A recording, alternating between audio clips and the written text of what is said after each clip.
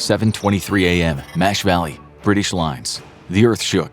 Even from 800 or so yards away, Private John Henry could feel the ground tremble and groan from the impact of the heavy British shells. Good God, he thought, there must be nothing left of them. British guns had shelled German positions for 5 days straight, a blistering bombardment consuming 1.7 million shells, the heaviest sustained bombardment in human history. The goal was simple: overwhelm the Germans with superior firepower from a distance, collapsing their trenches, killing their men, destroying fortifications and barbed wire. Morale was high amongst the British despite recent news of a French pivot to the south. The offensive across the Somme was meant to break the German lines and deal a decisive blow, retaking lost French territory and putting the Germans on the retreat and out of their trenches. But the Germans had launched an attack on Verdun, threatening to overwhelm the French line. This meant the entire offensive rested solely on the untested British forces. John and his platoon were lined up inside their trench, with countless other platoons beside and behind them, all waiting to go up and over the top in a massive human wave of overwhelming numbers. After the blistering barrage the British guns had delivered, the men laughed and joked. Surely there'd be little if anything left of the Germans. But as the clock moved forward to 7:30 a.m., the troops began to grow quieter. Laughter faded. Men wore serious faces. John was no man. He was 15 years old and had lied in order to join the war effort. Like many young British boys, he dreamt of the glory of the battlefield and wanted to do his part for the Empire.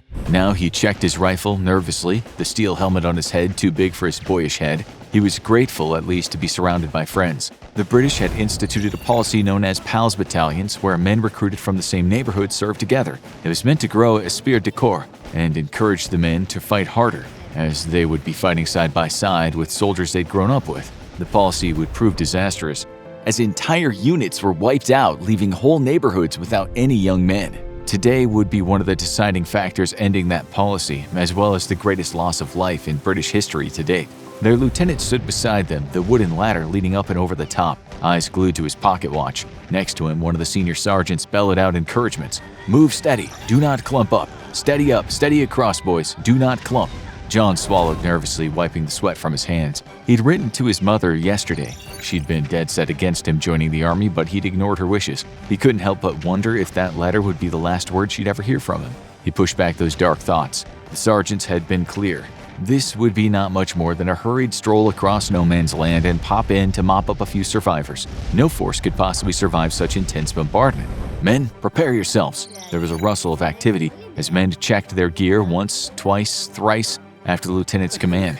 It was almost time. John whispered a small prayer. He squeezed his eyes shut and then wiped them with a clean hand. He couldn't believe he was crying. Then, suddenly, all went silent. The artillery stopped. John could hear himself breathe. What's going on? Why weren't they going over? He and dozens of other men and boys stared at their lieutenant, scarcely daring to breathe. Then another man nodded, pocketing his watch. "All right then, let's get it on with ya." And with not another word, the man climbed the ladder and went over the top, revolver in hand. His platoon stared dumbfounded for a second, then the sergeant by the ladder began to scream out orders. "Go, you dumb twits, over you go! You think the lieutenant's gonna fight the whole damn war himself? Go!" The man slapped the backs of soldiers, shoving them toward the ladder, as each climbed it one by one. 100 meters left and right from them, the scene was repeating, on and on across miles of front, as tens of thousands of British soldiers climbed out of their trenches. John didn't know what he had pictured, but this wasn't it. One by one, each man went up the ladder and over the top. It was almost comical how slow the entire process was. After a week of artillery and drill, he'd expected more urgency. But there was only so many breakpoints in the barbed wire outside the trench, and only one man could use the ladder at a time, so the British Army launched its largest offensive of the war, one man at a time. After 2 minutes, it was finally John's turn. The sergeant slapped him on the back encouragingly. "Remember your training, and you will survive."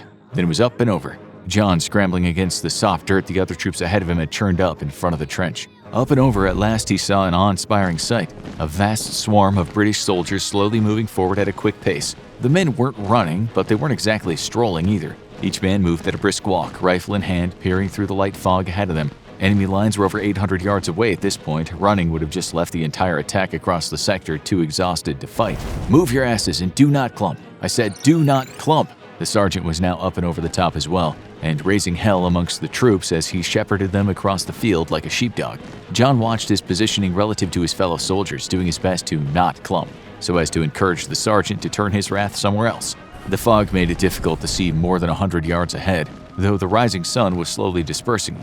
He was breathing heavily, despite not being tired at all. Hazarding a look back, He couldn't see friendly lines anymore, just a swarm of brown uniforms behind him. How far had they gone? 200 yards? 300? He had no idea. He just kept his eyes focused on the lieutenant ahead of him, his revolver held up in the air as he advanced. Another minute of fast walking, still no enemy fire. Had the artillery really finished them off, or were they still that far away? The sun had cleared up enough of the mist to improve visibility to 200 yards or so. How much farther to go? Mash Valley, British lines. Major Arthur Rawlings swept the front with his binoculars. Damn fog made it impossible to see the enemy lines, but it had cleared enough that he figured his boys were about to reach the halfway mark. Without dropping the binocs from his eyes, he gave an order to one of his aides. Inform headquarters, sector is up and over, no enemy action, visibility 500 yards or so, all appears well.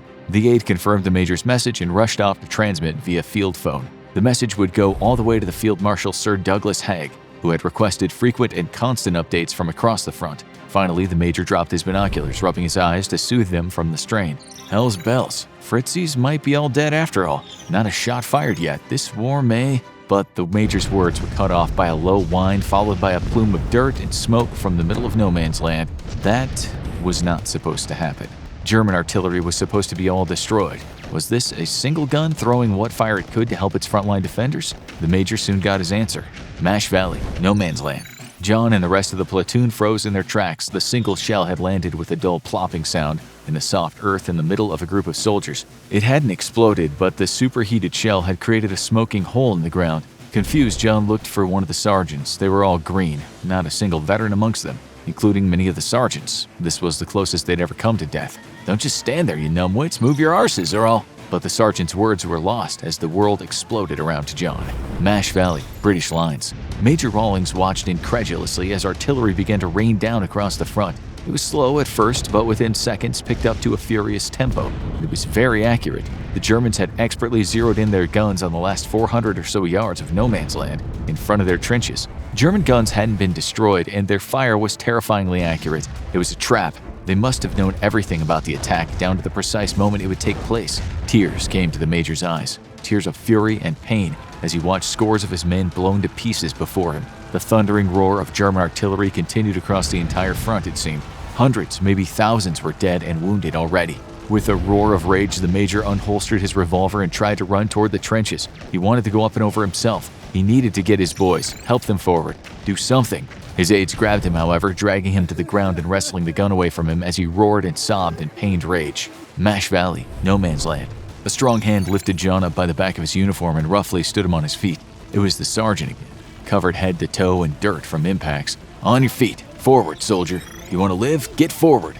John had heard the sergeants were indestructible. This one was proving the rumor true. He'd wet himself. He could feel the warmth on his legs. An impact nearby had picked him up and knocked him to the ground again. He had no idea if he wet himself from fear or simply lost control of his bladder from the mighty blow. It was difficult to breathe, too. His lungs felt like they were being squeezed and the air was full of dirt and smoke. Still, he gripped his rifle and rushed forward exactly as he'd been trained to do. The artillery smashed the earth all around him, blowing men apart and hurling them through the air like rag dolls. John ignored all that now. He wanted to get out of this deadly rain, and the only way to do that was to get to the trenches ahead of him. Mash Valley, German trenches. There was a rush of activity across the entire trench. German soldiers were climbing out of the hidey holes and rushing to prepare rifles and machine guns for combat. They'd lived like moles for a week, but when the British artillery had begun, they already had strong underground shelters. This was some of the best fortified stretch of German lines anywhere, and the British bombardment had killed few.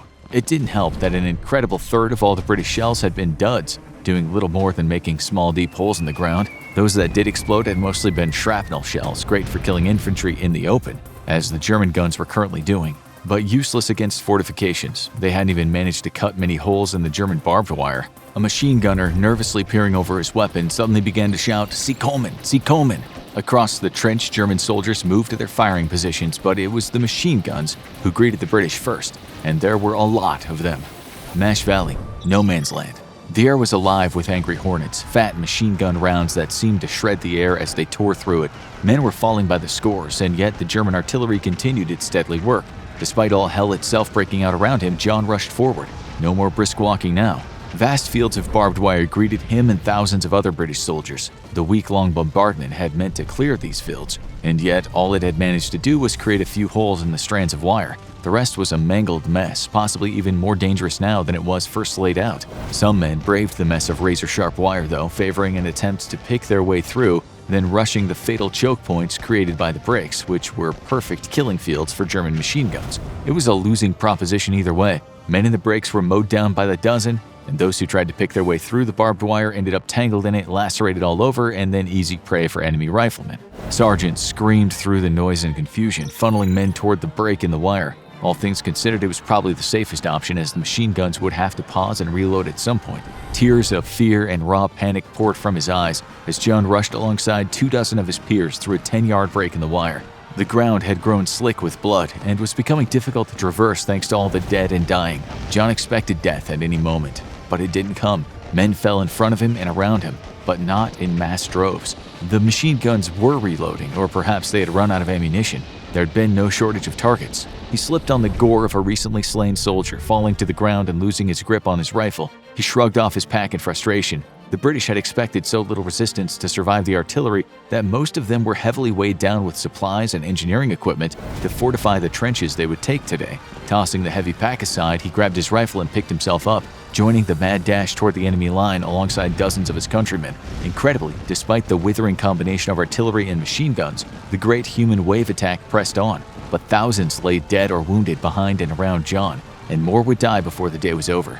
Only 50 yards to the enemy trench now. Soldiers were dropping to a knee and firing at the Germans, but John's hand shook too hard and he didn't trust his aim. He just had one goal: get to the trench, jump inside, get out of the line of fire. But what would happen once he was in a trench fully occupied by dozens of German defenders? That thought didn't even cross his mind. He was consumed with just one goal: get to the trench. This wasn't how it was supposed to have been. His uniform was stained with his own piss and the blood of others who'd been ripped to pieces, making the ground too slippery to run. This wasn't what the posters had advertised, and this wasn't what the hand-drawn, heroic-looking soldiers on those posters had looked like as they beckoned you to glory and adventure. Their uniforms had been crisp, pristine faces clear and unblemished by tears of terror, carving paths through dirt, blood, and grime. 40 yards, 30 yards, just 20 yards to go. Mash Valley, German trenches. Oberleutnant Wilhelm Freisinger worked the action of his rifle feverishly. Despite the artillery and machine guns, the British had nearly reached his trench. However, it didn't look as if there were many left in the rear of the mass of men rushing toward him. The artillery and guns had done their deadly work with great efficiency. Now that the fog was lifted, it was clear there were more British laying flat on the ground than on their feet. He ducked as British rounds reached out for him, taking the time to reload his rifle. As he worked the rifle with the automatic precision of an experienced shooter, he shot out a few words of encouragement to the men around him. As a precaution, though, he ordered them to prepare to use bayonets. The men were terrified. He knew this because he felt it too, but they weren't showing it. It made him proud. He was young for an Oberleutnant. Several years younger than his peers, in fact, but he'd distinguished himself in battle against the French and was quickly promoted. If the older men under his command resented him for his youth, they'd never once show it. He'd earned their respect by being fair but tough and remaining cool throughout the week-long barrage. They were family now. The thought hurt, though, as Wilhelm reminisced about his real family back home. But he shook the thoughts away, looking to one of his machine gun teams that had just finished reloading. In a second, it was firing again, spitting rounds downrange at a terrible rate. It was best to wait for the machine guns to open up before popping one's head up and out of the trench to retake your firing position. A moment after the gun started up, Wilhelm popped up, surprised momentarily by the British soldiers having reached within yards of his position. Gritting his teeth, he raised his rifle up and lined up a shot, squeezing the trigger. He couldn't be sure because of the distance and the grime on his face, but that soldier had looked young to him. Reminded him of his little brother in the few seconds he had him in his sights before pulling the trigger. But Wilhelm pushed the thought away as quickly as it formed. There was grim work to be done, though judging by the look of things, the British would not be taking his trench today. Now you need to watch why life of a World War I soldier in the trenches sucked, or have a look at 50 insane World War I facts that will shock you.